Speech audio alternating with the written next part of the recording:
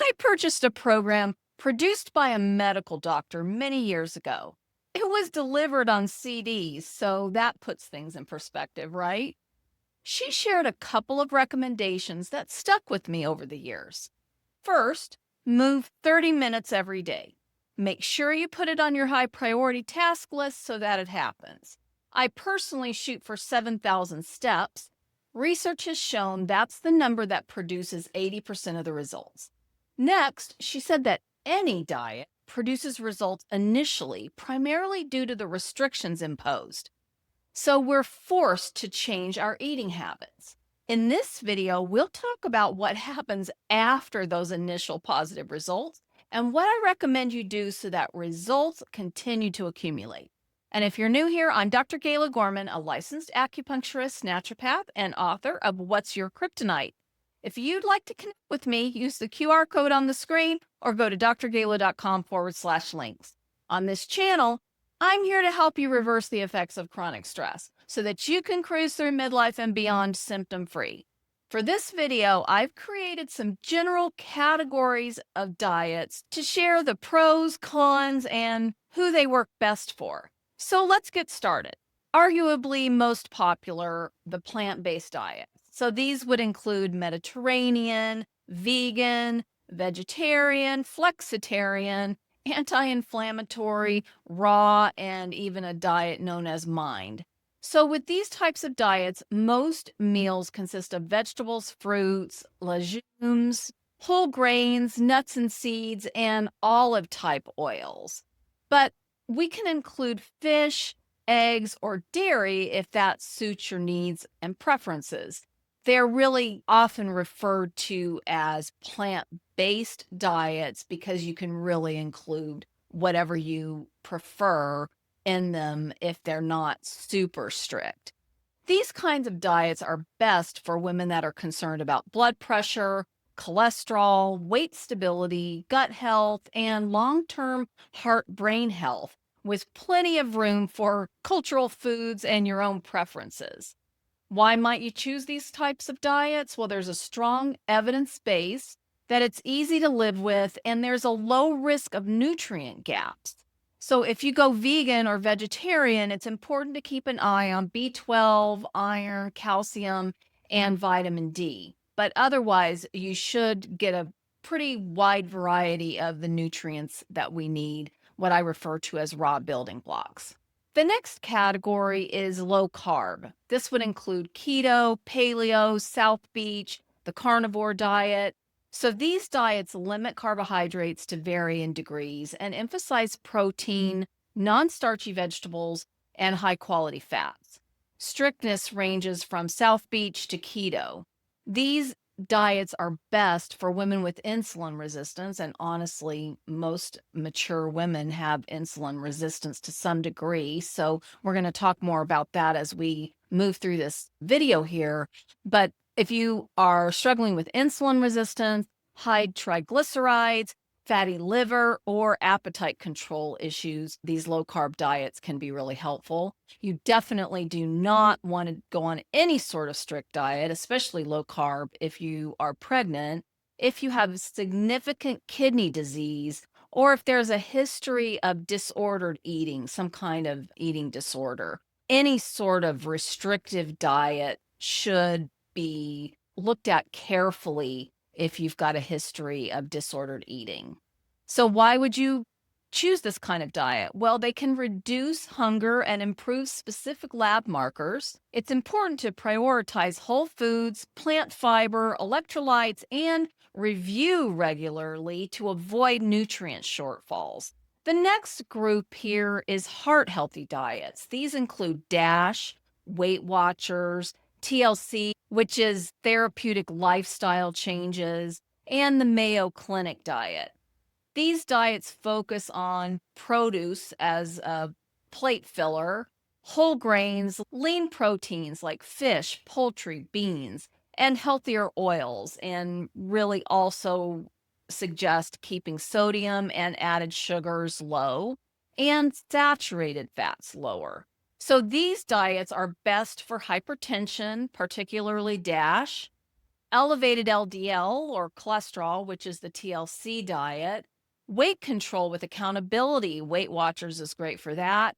And patients who want a clear, sustainable habit framework, that would be Mayo Clinic. So, why would you choose these types of diets? Well, they align with cardiology guidance. So, if you are focused on heart issues, this would be aligned with that. And also, they just kind of work well in everyday life. They're pretty well rounded, right? We can adjust sodium and fat targets and use labs and blood pressure readings to track progress with these diets.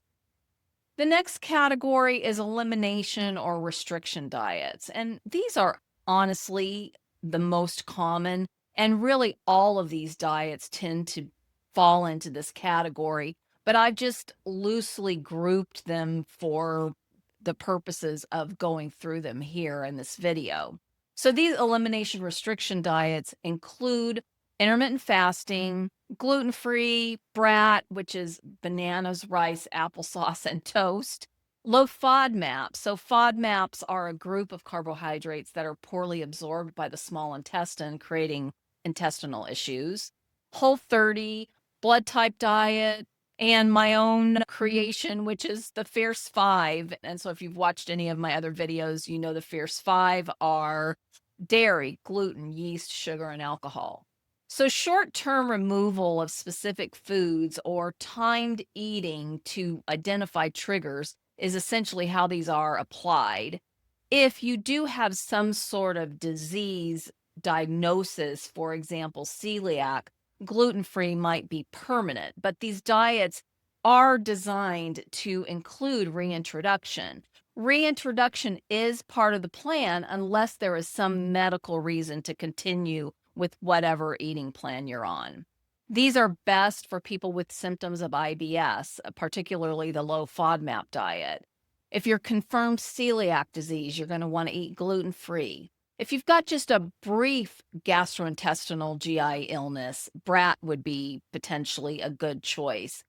If you would like some sort of structured 30-day program, Whole 30 is fantastic. I used Whole 30 myself about 10 years ago and really learned a lot about these restrictive diets and how they work in the system and what the pros and cons are. Whole 30 is one of the most restrictive diets, honestly, but you will learn a lot if you lean into this one and practice it for 30 days. You will absolutely need to get the book because there are a lot of restrictions.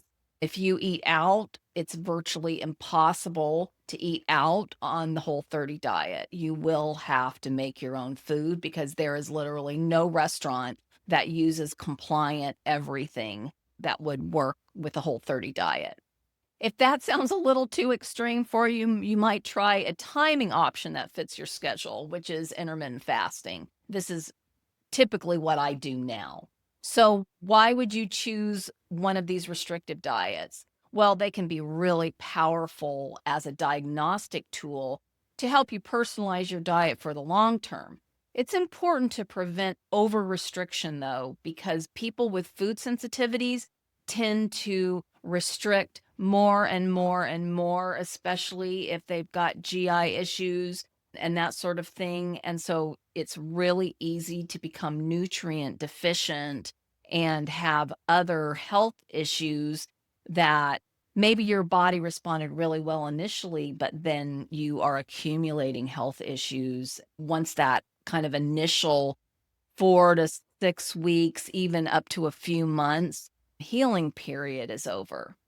So it's really important to prevent over restriction and protect your nutrient intake and reintroduce foods methodically so you keep the widest variety that works for you. Knowing which eating style works for you is the first step, but here's where most women get stuck. They have the plan, but no clue what to eat day after day without feeling deprived or confused. So stay with me because I'm about to show you exactly what goes on your plate. By the way, if you think you're deficient in vitamin D, many women are, and you're supplementing or considering it, you'll find some things to watch for in one of my other videos that's titled Why Your Vitamin D Supplement Isn't Working and How to Fix It. The link should pop up right here on your screen, and if you miss it, no worries, I've included it in the description below. Just check it out. Okay, let's get back to it. What goes on your plate with a plant-based diet? Remember, this is Mediterranean, vegan, vegetarian, flexitarian, anti-inflammatory, raw, or mined. Primarily, you're going to put vegetables, especially leafy and colorful, fruit, legumes, beans, whole grains, nuts and seeds, and olive type oils. Some styles of these diets include fish, eggs, or dairy as well. The common thread is high fiber, plenty of phytonutrients. Now, these come from fresh vegetables in particular, and mostly unsaturated fats. Next, if you're thinking about low carb, keto, paleo, South Beach carnivore, what you'll put on your plate is non-starchy vegetables, greens, cruciferous vegetables, zucchini, peppers.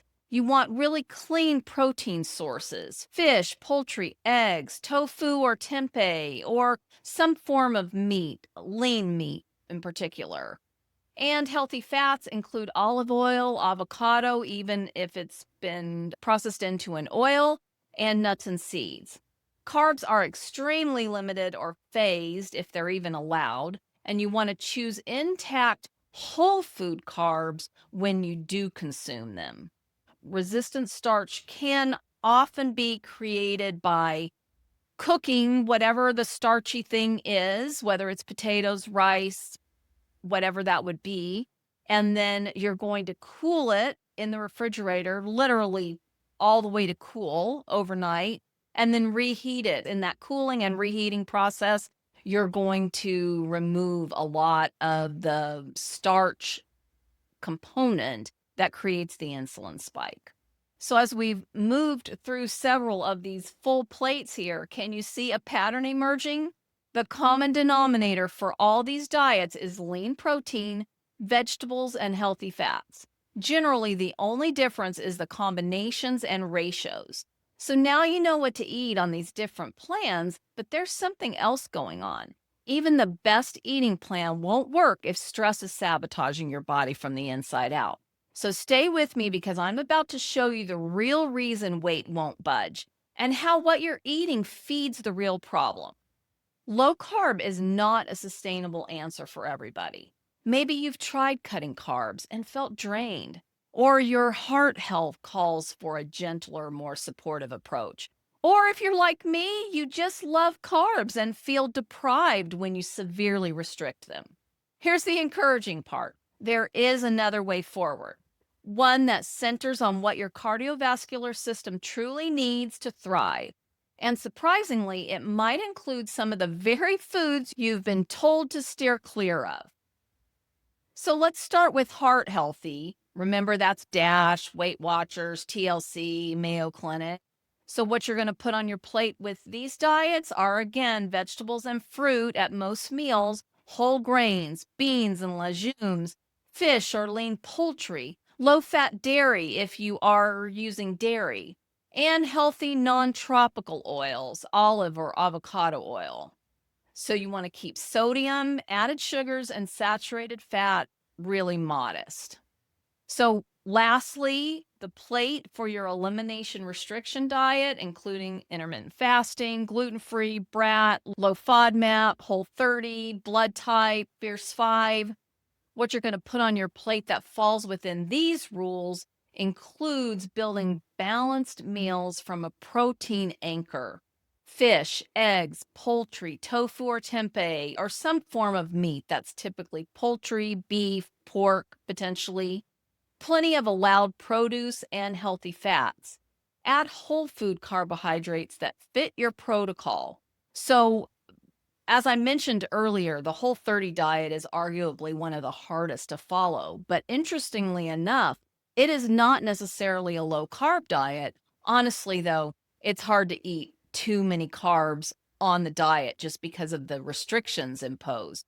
But one of the carbs that is allowed on the diet is potato.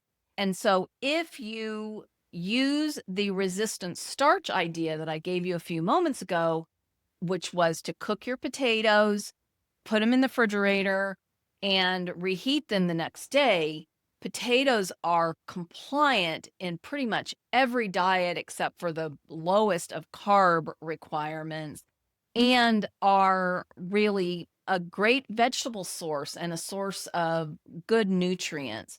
They're arguably way better for you than consuming rice and pasta and some of those other more grain oriented starches.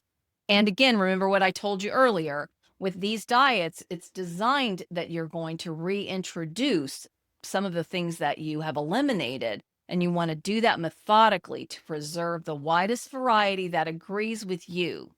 So you've got the specific foods for each eating style. That's got them all covered now. And honestly, they're not that different from each other if you have noticed. But the next step is figuring out how to make any of these plans actually work for your life. This is where the real customization happens, and it might surprise you how simple it can be.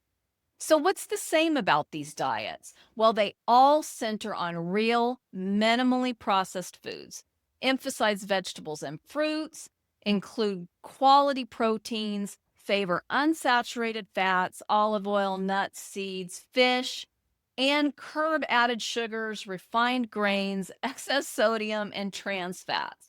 So, if you follow those principles, you'll cover most cardiometabolic goals while leaving room for cultural and personal preferences. In fact, research from Harvard's nutrition source echoes this, showing that no single diet guarantees success across the board. What matters most is balancing calories with food quality and choosing an approach that fits your routine so it's easier to stick with long term. Their reviews highlight how evidence, not hype, should guide your decisions, whether the plan is Mediterranean, DASH, keto, or intermittent fasting, or any of the other diets we've mentioned here. So, what are some of the things that are different? How do we really individualize these diets? Well, most of them include some sort of carb strategy. Some plans cap the amount of carbs tightly, like keto. Some balance them, Mediterranean or DASH. Others focus on meal timing, like intermittent fasting. So you're going to want to match the approach to your appetite, lifestyle, and tolerance. The rule structure essentially is what differentiates them. So guideline patterns include like DASH and TLC, point-based systems like Weight Watchers, phased plans like South Beach, Mayo Clinic, Whole30, and then elimination reintroduction protocols like low FODMAP. Your preference for tracking versus simple food rules guides the choice. So, if it's medical necessity, that certainly takes a different level of priority. But for most people, a lot of these diets really are choice.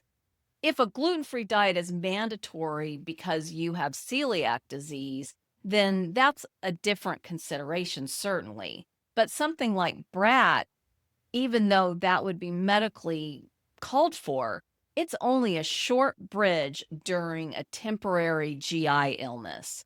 The blood type diet is kind of theoretical. I did loosely practice the blood type diet for a lot of years and found some success with it, but I really believe that it goes back to adopting healthy eating habits generally that work with your life and lifestyle. When a condition dictates the plan, we follow that first, then optimize food quality within it. So, just a few more closing thoughts here. If you think or know you have food sensitivities, I would also recommend that you read a book by Stephen Gundry called The Plant Paradox. This explains what actually happens with the plants in our food supply in many cases and why so many people seem to have a problem eating certain types of fruits and vegetables. To just give you a quick snapshot of what he discusses in the book, he says that the plants are picked before they're ripe and that plants have a natural defense mechanism that makes them essentially poisonous for their natural predators, but also for us. So when they're picked before they're ripe and they're artificially ripened so that they look good in the store, those natural poisons or toxins have not been neutralized. That's why many of us have issues eating a plant-based diet when it should be really healthy for us. So if you find that you're having issues with certain types of plants, you might try getting something from the farmer's market that you know has been grown to ripe on the farm and picked shortly before it showed up in the market, and see if you have the same sort of reaction to that. Again, this is one of those things that if you really believe this is something that you are called to look into further, I highly recommend reading the book. It'll really open your eyes about a lot of things related to food sensitivities. So if you have preferences, this is also something not to minimize, because if you have preferences that are not being honored with whatever kind of restrictive diet you've adopted, it really does make it unsustainable. For me personally, I eat out often, and so I've really got to think what is possible when I'm eating out regularly. And I don't want to go out to eat and spend a lot of money and go out to a nice place and then feel like I can't really enjoy myself. So it's really important that you think through what your preferences are. And some things truly are just going to have to change. You're going to have to make some modification. But, choose your battles, figure out what you really enjoy, and then figure out how to work that into an overall long-term plan. Any diet works initially until you start substituting due to preferences. And so this is where we really sabotage ourselves and why we see that a diet that worked initially stops working after a few months. So remember those CDs with the doctor's advice? She wasn't wrong. Just about any diet will show some results at first. That's what restriction does. But here's what she didn't explain. Real change doesn't come from following rules. It comes from knowing what works for your body and lifestyle, understanding how to build your plate in a way that supports you, and recognizing the timeless principles that all sustainable approaches have in common. It's not about chasing perfection or jumping on the latest trend. It's about choosing a path that fits where you are right now. And that one choice, it can shift everything. If your best efforts to live a healthy lifestyle and do all the things you've been led to think are supposed to work aren't getting the job done, you may even be feeling like you take 2 steps forward and 3 back. I have more resources to help you navigate midlife. Just go to drgala.com/links. And watch my next video where I show you how to manage the toxic stress that's sabotaging your efforts. You can eliminate the symptoms that seem to be piling up in midlife naturally, without medication, crazy diets, intense exercise, or any other unsustainable lifestyle hack.